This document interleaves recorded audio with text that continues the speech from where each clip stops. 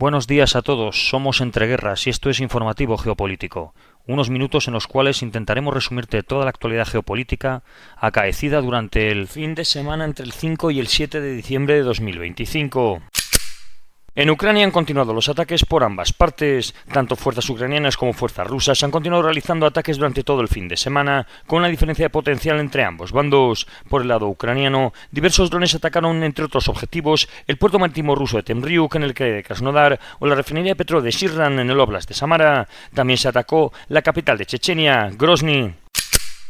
Por parte rusa, se han llevado a cabo varios ataques masivos contra Ucrania con drones y misiles como respuesta a los ataques ucranianos, según ha dicho Moscú. Entre los objetivos alcanzados se encontrarían, según Rusia, empresas de la industria de defensa ucraniana, instalaciones de combustible y energía que aseguran su funcionamiento, infraestructura de transporte y aeródromos utilizados por el ejército ucraniano, así como zonas de producción, almacenamiento y lanzamiento de drones, depósitos de municiones, combustible para misiles y productos petrolíferos y áreas de despliegue temporal de fuerzas armadas ucranianas y mercenarios extranjeros. Parece ser que después del masivo ataque ha implementado cortes de luz en Ucrania en varias regiones, según informó la empresa estatal Ukrenergo. Según datos de los cortes de electricidad de emergencia afectaron a la región de Dnipropetrovsk. Además, actualmente se sabe que hay cortes en Zaporilla, Sumy, Kirovgrad y Poltava, así como distritos de Kharkov y la capital de Ucrania, en Kiev, según han informado las diferentes empresas de distribución de electricidad regionales. Sobre el terreno, las versiones sobre algunas situaciones, como la del llamado caldero de Mirnograd, difieren totalmente según la fuente. Por un lado, el canal ruso Ribar asegura que las fuerzas ucranianas están atrapadas en la zona y son cada vez menos, y que Moscú estaría recuperando posiciones perdidas en el flanco norte. Hablan incluso, aunque sin confirmación, de la toma de Roinsky y de combates intensos hacia Grisne. Sin embargo, el Instituto para el Estudio de la Guerra rechaza esta versión. Según sus últimos datos, no existe un cerco completo sobre Mirnograd, aunque Rusia continúa presionando para cerrar la bolsa en Pokrovsk. El Instituto de Estudios para la Guerra destaca que las fuerzas rusas buscan bloquear la logística ucraniana mediante el uso masivo de drones para interdicción aérea, actuando a una profundidad operativa que podría comprometer los suministros hacia Pokrovsk. Mientras tanto, Ucrania estaría atacando la infraestructura petrolera y de defensa rusa en todos los frentes, ampliando su campaña contra la base industrial del país. El informe también recoge movimientos en varios sectores. Ucrania habría logrado pequeños avances en torno a Novopavlivka y, sin embargo, Rusia lo habría hecho cerca de Borova y Pokrovsk, aunque sin progresos significativos en ambos ejes. También acusa además a las fuerzas rusas de cometer un crimen de guerra en la zona de Siversk. Por último, el Instituto estadounidense ha recopilado una larga serie de actos de sabotaje e incidentes atribuidos a Rusia en distintos países europeos, dentro de lo que ha descrito como una estrategia de presión híbrida a escala continental. Según publica el Kyiv Post, la reunión celebrada en Miami entre los enviados del presidente Donald Trump y la delegación ucraniana ha desatado una ola de preocupación entre los socios europeos de Washington. Los temores, aseguran diplomáticos consultados por el diario ucraniano, no se centran tanto en el contenido de las conversaciones como en la forma en que Estados Unidos está gestionando todo el proceso. La presencia de figuras como Steve Witkoff o Jared Kushner al frente de negociaciones contrastan, dicen, con el papel secundario que estaría desempeñando el secretario de Estado, Marco Rubio, a quien correspondería encabezar este diálogo con Moscú. La inquietud ha estallado después de que Der Spiegel difundiese la presunta transcripción de una llamada privada entre el canciller alemán Friedrich Merz, el presidente francés Emmanuel Macron y el propio Volodymyr Zelensky. En esa conversación, Merz y Macron habían alertado al líder ucraniano de que Washington podría estar preparándose para traicionar a Ucrania mediante concesiones rápidas a Rusia. Según la filtración, Macron temería que la administración de Donald Trump negocie cesiones territoriales sin garantías de seguridad claras, mientras que Merz instó a Zelensky a ser extremadamente cauteloso, acusando a Estados Unidos de jugar con ellos y con nosotros. Ni Berlín ni Kiev han comentado por ahora la veracidad de la filtración. La embajadora ucraniana en Estados Unidos, Olga Stefanishyna, ha descrito el proceso de negociación con Washington como constructivo y práctico, subrayando que aunque persisten cuestiones sensibles, ambas partes buscan soluciones viables para avanzar hacia el fin de la guerra. Los principales puntos de fricción, según ella, siguen siendo las cuestiones territoriales y el diseño de unas garantías de seguridad que resulten aceptables tanto para Kiev como para Washington. Stefanishyna ha señalado que figuras clave del aparato de seguridad ucraniano, como Rustem Umerov o Andriy Ignatov, podrían ofrecer detalles más precisos sobre el estado real de las conversaciones. En otro orden de cosas, después de una inspección por parte del Organismo Internacional de Energía Atómica llevado a cabo en el sarcófago de la central nuclear de Chernóbil durante la semana pasada, la estructura se habría degradado después de un impacto que habría recibido de un dron el pasado febrero. En Oriente Próximo, Yasser Abu Shabab, líder de la milicia que controla el este de Rafah y que había estado cooperando con Israel en los últimos meses, ha sido asesinado el jueves, según confirmaron durante el fin de semana las autoridades israelíes. Según miembros de la milicia que hablaron con Iñet, una disputa interna entre varias familias derivó en un enfrentamiento armado durante el cual uno de los involucrados abrió fuego contra Abu Shabab. Las autoridades israelíes han afirmado que su muerte se produjo en un incidente, pero la milicia insiste de que sobrevivió al tiroteo y que no tenía ninguna conexión con Hamas. El primer ministro israelí Benjamin Netanyahu ha afirmado en Jerusalén que la segunda fase del plan estadounidense para poner fin a la guerra en Gaza estaría muy próxima, aunque persisten cuestiones clave por resolver, entre ellas la posible creación de una fuerza de seguridad multinacional. Netanyahu ha señalado que abordará estos asuntos directamente con Donald Trump a finales de mes y ha subrayado que la fase que viene será más difícil, en parte porque exige garantizar que Hamas cumpla no solo el alto el fuego, sino también su desarme y desmilitarización de Gaza. Añadió que también discutirá con Washington las oportunidades para ampliar la normalización con países árabes y ha reforzado su posición de que Israel mantendrá el control de la seguridad de Cisjordania, mientras la cuestión de su anexión sigue abierta.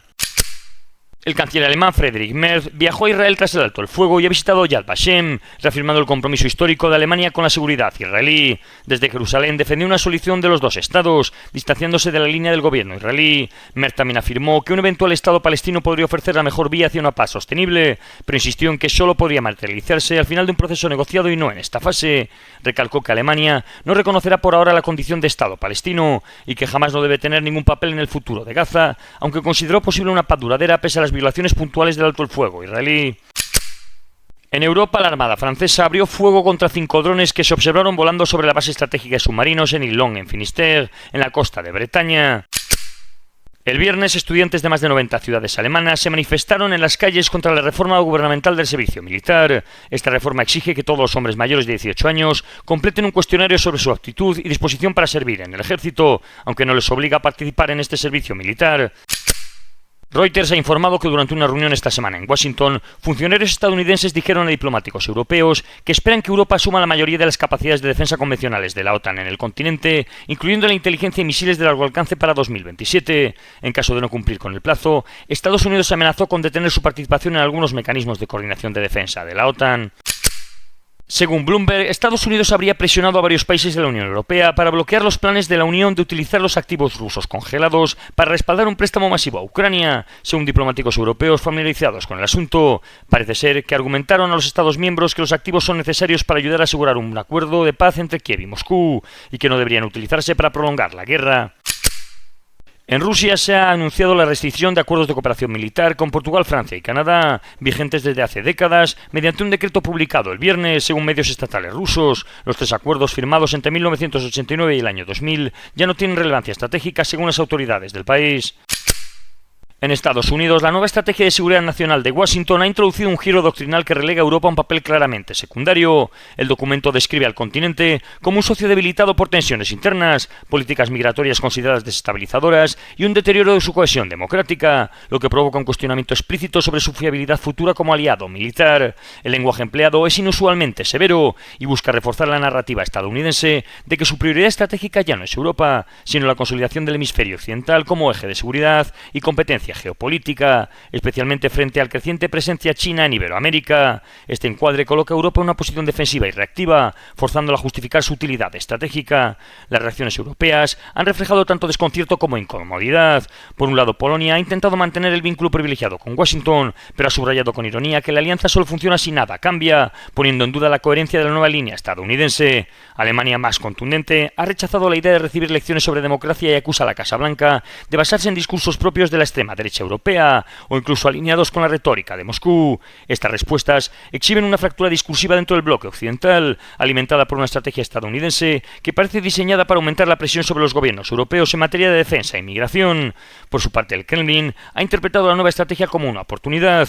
La desaparición de Rusia como una amenaza directa en el documento supone un alivio político y le permite reforzar la idea de que Washington está reorientando sus prioridades lejos del escenario europeo.